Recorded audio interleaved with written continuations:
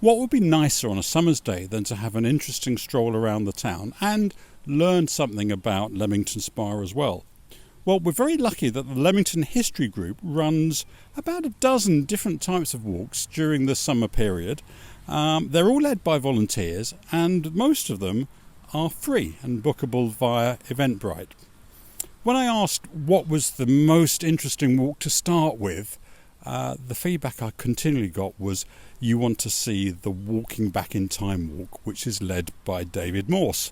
And so I'm very lucky to be sat here on a lovely afternoon in Jeffson Gardens with that self-same gentleman, David Morse. David, welcome to Life in Lem. Oh, thank you very much, Tim. This is a little bit daunting for me. I usually talk to 20 people or 10 people, not just to a microphone. Well, hopefully you'll find it an enjoyable experience, as will our listeners, I'm sure. So I mean, let's start at the very beginning, shall we, as they say on The Sound of Music. How did you get involved as a walk leader for the Leamington History Walks? Well, we've got to go back, Tim, to the mid-90s. There was the Guild of Guides, which was sponsored by the Regent Hotel at that time, and I didn't know anything about the history, and somebody suggested I join them, learn the ropes, as it were, and become a guide, which is what I did. So back in the 90s, so you've been doing it for 30 plus years? In a manner, yes. I stopped about 98 and then started maybe 6-7 years ago. So in terms of the walk then, David, just give us a sense, how much walking is involved in the walk, and how long does a typical walk for Walking Back in Time take? Because we start next to the town hall and talk about the Regency town spreading northwards, the walk does take nearly 2 hours in length of time. And in distance, we walk down past Euston Place into the gardens, halfway up the gardens, cross the Mill Bridge and into the old village of Leamington Priors, and then back round to opposite the pump rooms. So for people that maybe aren't too strong in their pins, David, in between stops on the walk, how long do you typically walk for? Well, the longest really is in the Jeffson Gardens, because we go from the obelisk in the middle of the gardens up to the Jeffson Memorial, and so maybe 100 yards is the longest between points, and it can be as little as 20 yards elsewhere. Sorry, David, I don't want to spoil the surprise for someone that's going to do the walk with you, but you were mentioning to me the Regent Hotel as an example of one of the places you cover. Give us a few little sneak insights into what you can tell us about the Regent Hotel, and we'll cover on the tour.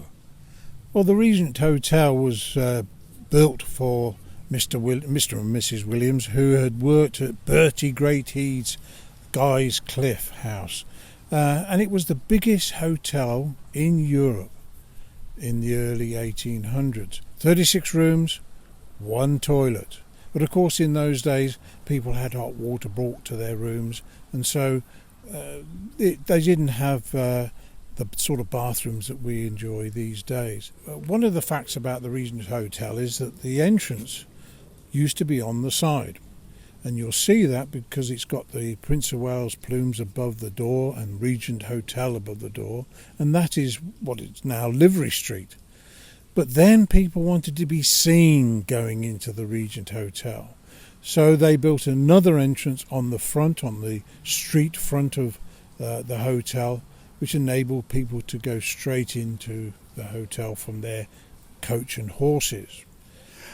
I guess no two walks are the same, are they? Has anything strange or remarkable ever happened on one of your tours? Well, that's a difficult question to answer, because I was put right over a couple of facts, and one of them was the famous elephant wash. And it was pointed out to me that if there had been a camera around, surely it would have taken a picture of the elephants being washed. And so we decided that in fact it was a horse wash.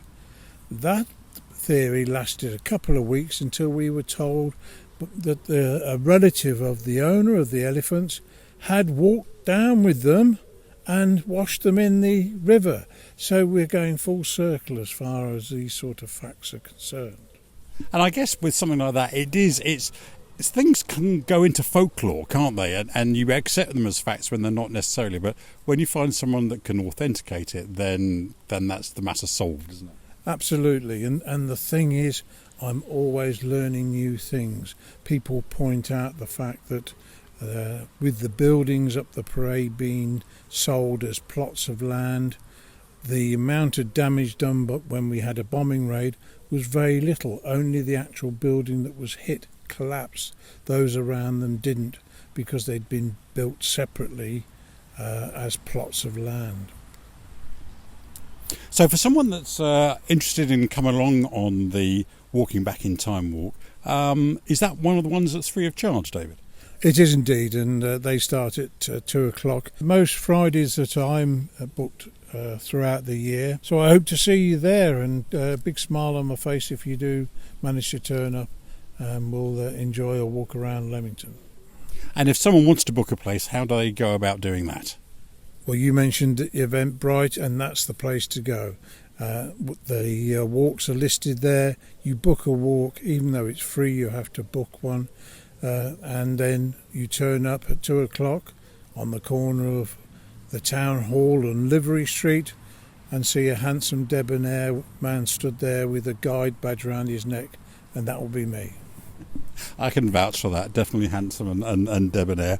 And of course, all the dozen or so different walks that the Leamington History Group operate are all bookable via Eventbrite. I've put the link that you'll need in the accompanying text for the podcast.